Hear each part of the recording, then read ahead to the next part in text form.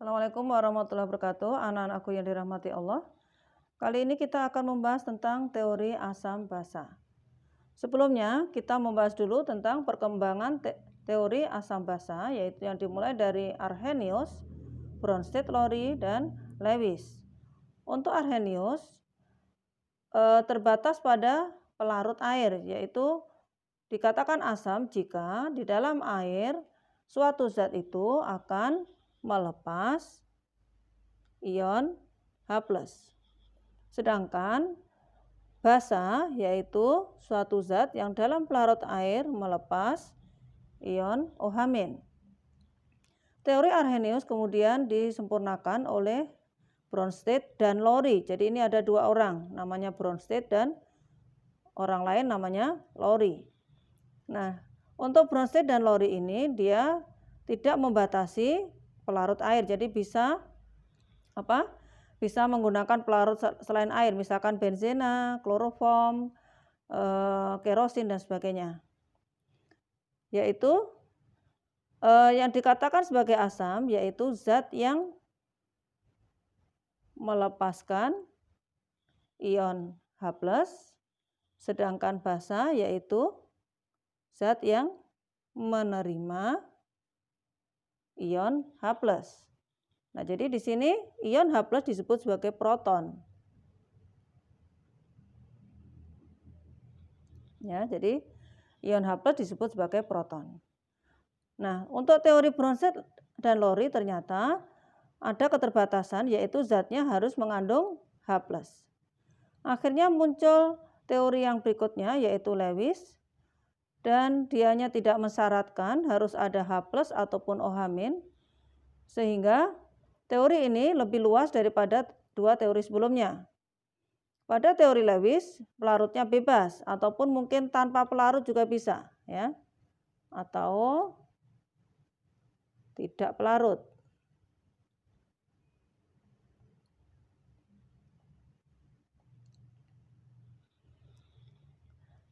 Nah, di sini yang menjadi agen ataupun yang menjadi penyebab suatu zat bersifat asam atau basa yaitu adanya pasangan elektron, ya. Dikatakan suatu asam jika untuk asam yaitu zat yang nanti menerima pasangan elektron. Sedangkan basa yaitu adalah zat yang melepas pasangan elektron. Nah, karena perkembangan teori ini berbeda-beda, ya, anak-anak tolong diingat, kamu lebih suka mengingat yang mana? Yang basa ataukah yang asam? Nah, kalau misalkan kamu lebih suka mengingat yang kata-kata melepas, berarti untuk Arrhenius yang melepas H+ adalah asam. Untuk yang Bronsted dan Lowry yang melepas H+ itu adalah asam. Sedangkan yang teori Lewis yang melepas itu adalah basa, ya.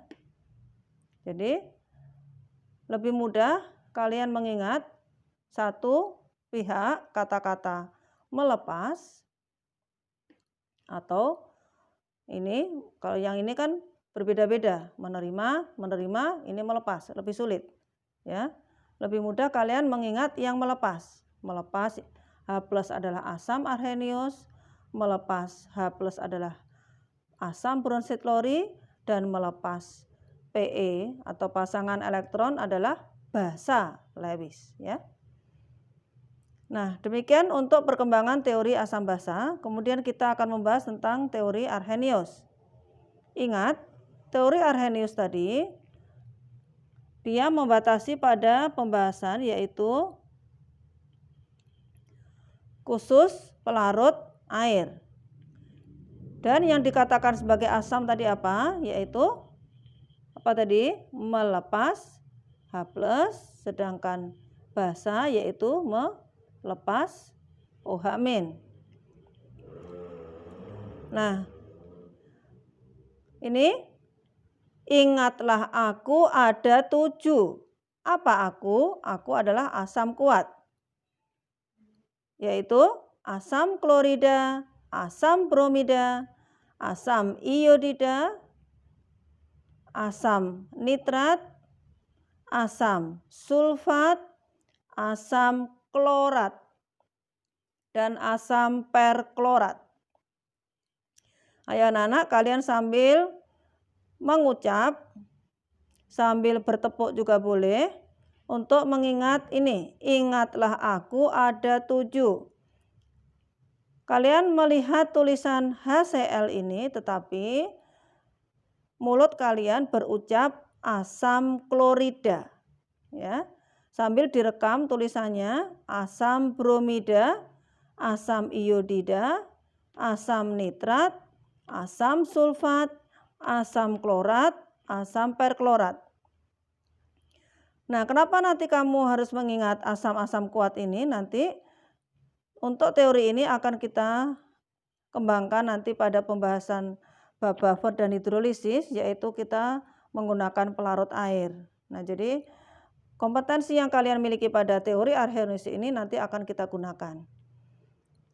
Selain aku adalah Ale, yaitu asam lemah. Selain aku, asam kuat adalah Ale, asam lemah. Dan ini jumlahnya sangat banyak. Ada asam sianida, asam asetat, asam sulfida, asam format, asam fosfat, ya, asam nitrit, dan sebagainya. Sangat banyak sekali. Karena dia mengandung ion H+, maka dikatakan sebagai asam, ya. Nah, untuk yang asam kuat ini, dia mengalami ionisasi sempurna, sehingga alfanya sama dengan 1.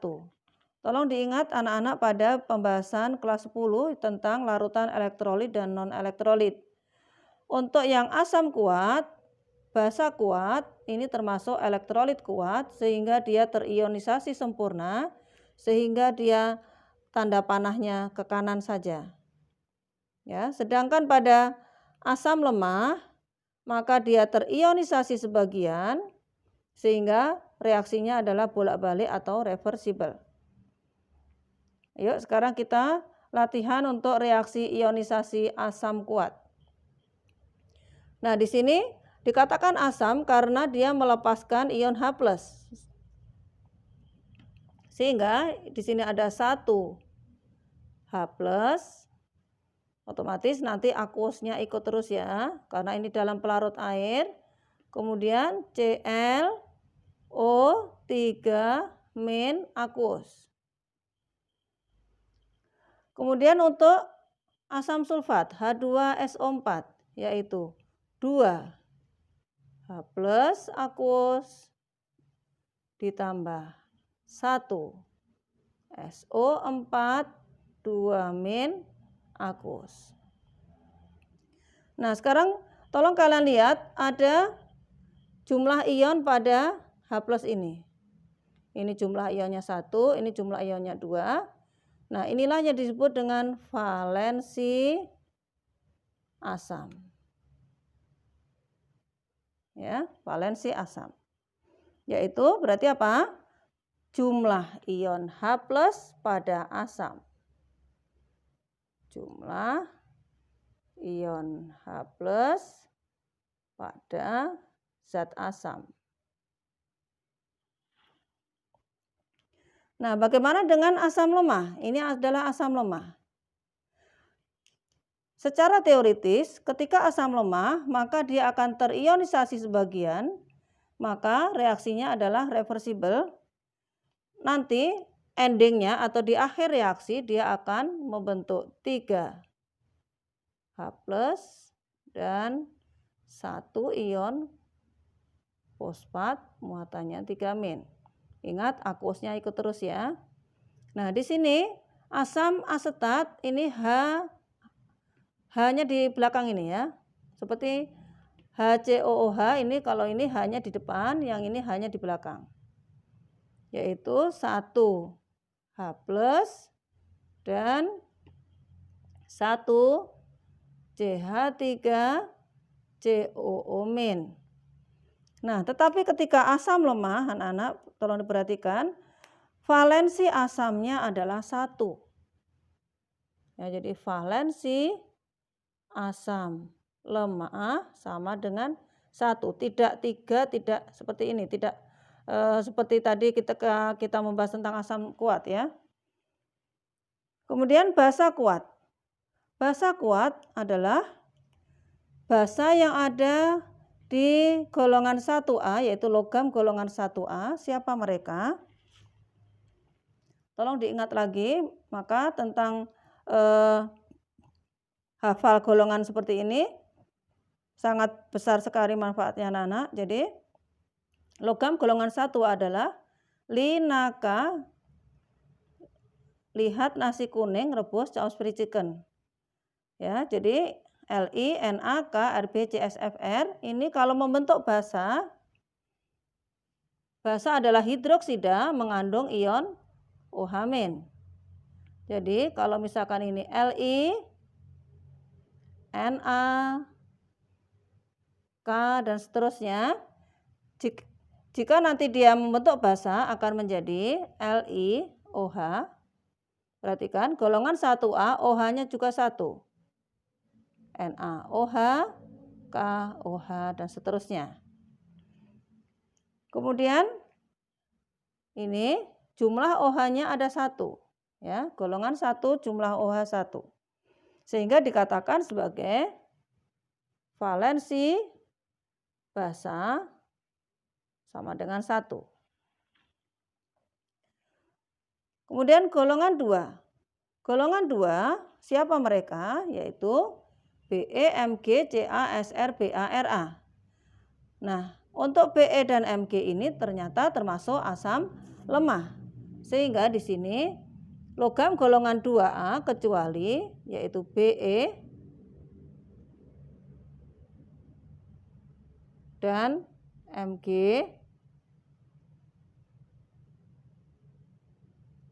perhatikan anak-anak, untuk golongan 2 nanti OH-nya juga 2. Ya, ini OH-nya juga 2. Dan khusus untuk Be dan Mg, magnesium hidroksida dan berilium hidroksida dia adalah basa lemah. Ibu singkat balik ya. Nah, berarti siapa yang kuat? Yaitu mulai Ca, Sr, Ba dan seterusnya. Ca, Sr, Ba dan seterusnya ya. Karena tadi golongan 2 maka OH-nya juga 2. Ini OH-nya juga 2. Nah, begini. Sehingga valensi basanya sama dengan 2. Valensi basa. Valensi basa adalah jumlah ion hidroksida pada basa. Nah, sekarang kita latihan untuk reaksi ionisasi basa kuat. Seperti tadi, yang terion sempurna adalah yang kuat. Kalau yang lemah seperti ini berarti dia terionisasi sebagian. Na golongan 1 maka dia akan muatannya plus 1. Ini sebanyak 1 ion Na. Kemudian 1 OH-. Untuk yang Ba berarti Ba golongan 2 sehingga 1 Ba.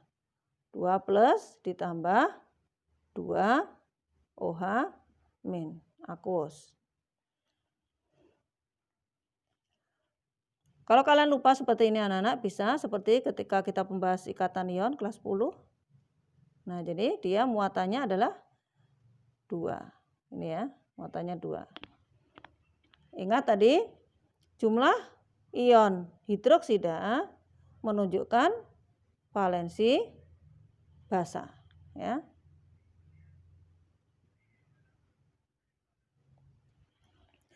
Pengetahuan kalian tentang valensi asam dan valensi basa ini nanti digunakan untuk menghitung pH atau derajat keasaman dari suatu asam ataupun suatu basa.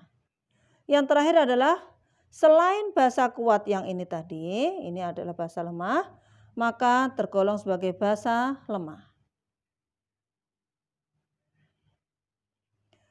Yaitu aluminium hidroksida, besi 2 hidroksida, amonia, larutan amonia. Jangan lupa anak-anak, larutan amonia ini sama dengan larutan amonium hidroksida ya. Jadi seringkali kita menjumpai larutan amonium hidroksida ataupun larutan amonia semacam ini, berarti dia tergolong sebagai basa lemah. Sekali lagi, tolong diingat asam-asam kuat. Selain asam kuat berarti adalah asam lemah. Ada valensi asam, jumlah ion H+ tadi. Kemudian basa kuat adalah basa dari logam golongan 1A dan 2A, kecuali mereka ini adalah lemah. Selain basa kuat berarti adalah basa lemah, dan jumlah ion OH adalah disebut dengan valensi basa. Alhamdulillah bisa.